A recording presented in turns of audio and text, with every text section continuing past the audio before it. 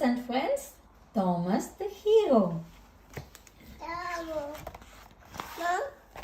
Here we have the list of all the engines. Thomas, Percy, James, Grantley, Toby, Gordon, Salty, Spencer, Emily, Bertie, Diesel, Mavis, Ian Bert, Corky, Annie and Clarabelle, Flynn, Billy, Fat Controller, Harold, Hero, Kevin, Victor, Troublesome Trucks, Charlie.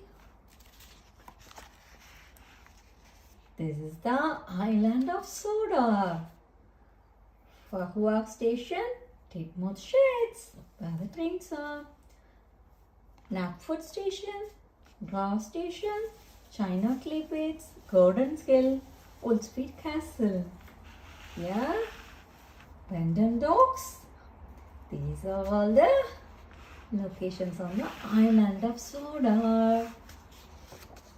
This is the story of when Thomas the Tank Engine discovered that you don't have to fly high to be a hero. Thomas the Tank Engine was going about his work as usual when he heard a high-pitched whistling sound up in the sky. "Whatever can that be?" he said to his mom. Thomas looked up and saw a small plane darting overhead. He had never seen anything like it before. "Beep, beep," called Thomas, but the plane didn't hear him. The plane was out of sight. "I must find out about the flying machine," Thomas said to himself.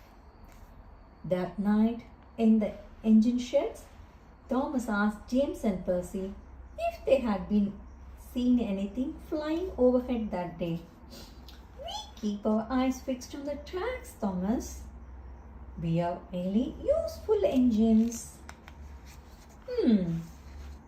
Next day, Thomas was determined to be a very useful engine, but he couldn't help looking up for the plane.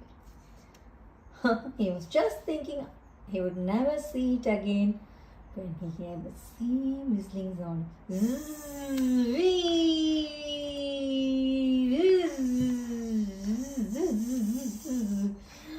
This time he couldn't resist. He followed it.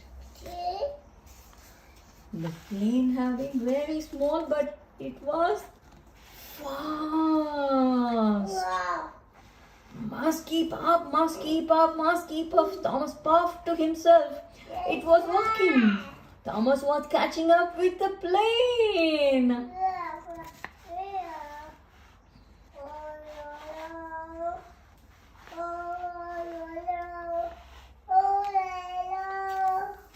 The plane came down to land on a yacht strip near the railway tracks. A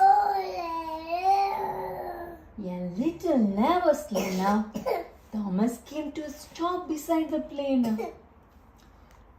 He admired the waving propeller and the big red dots painted on its wings. "I am Thomas," said Thomas shyly.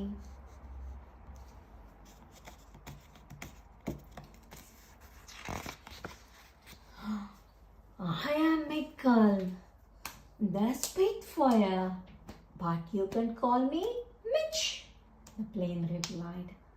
"I have been practicing for a flight past to celebrate the end of World War II.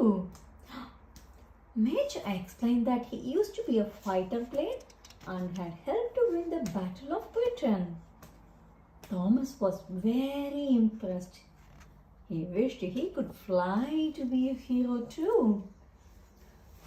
Back in the sheds, Thomas told the other engines about his new friends. "Eyes on the tracks, Thomas," said the friends. That night, Thomas' dreams were full of spitfires driving through the skies. He dreamed that he was flying with them, keeping people safe. The next day, Thomas was in charge of taking passengers to the air show for the big fly past. As he arrived, Thomas could see Mitch, and next to him was another vintage plane. That's a Hawker Hurricane. Thomas driver told them. Hurricanes and Spitfires were the heroes of the Battle of Britain. The show was about to begin. The planes revved their engines and rattled along the runway. Oh.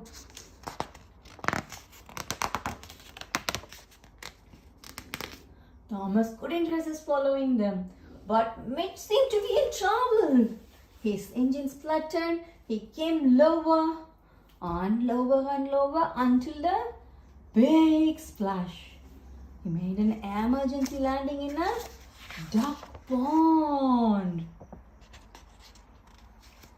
What shall we do? Asked Mitch as he started to sink lower and lower into the muddy pond. No one will know where am I. I can help, puffed Thomas as he hurried to fetch the breakdown train. It's an emergency.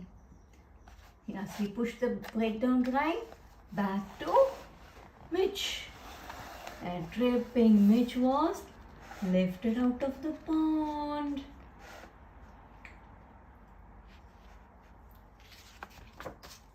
The fat controller was proud of Thomas. Thanks to you, keeping your eyes on the skies, you were able to get this Spitfire. That planes that took part in the Second World War had to be all that. Like that, you are a true hero, he added.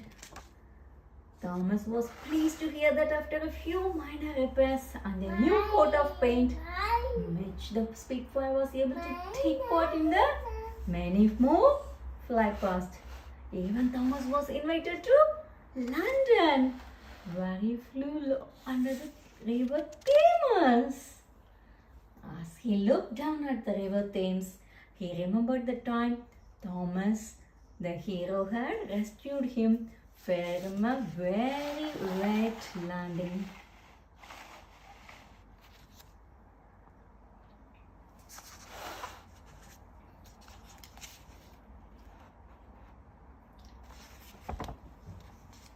The end.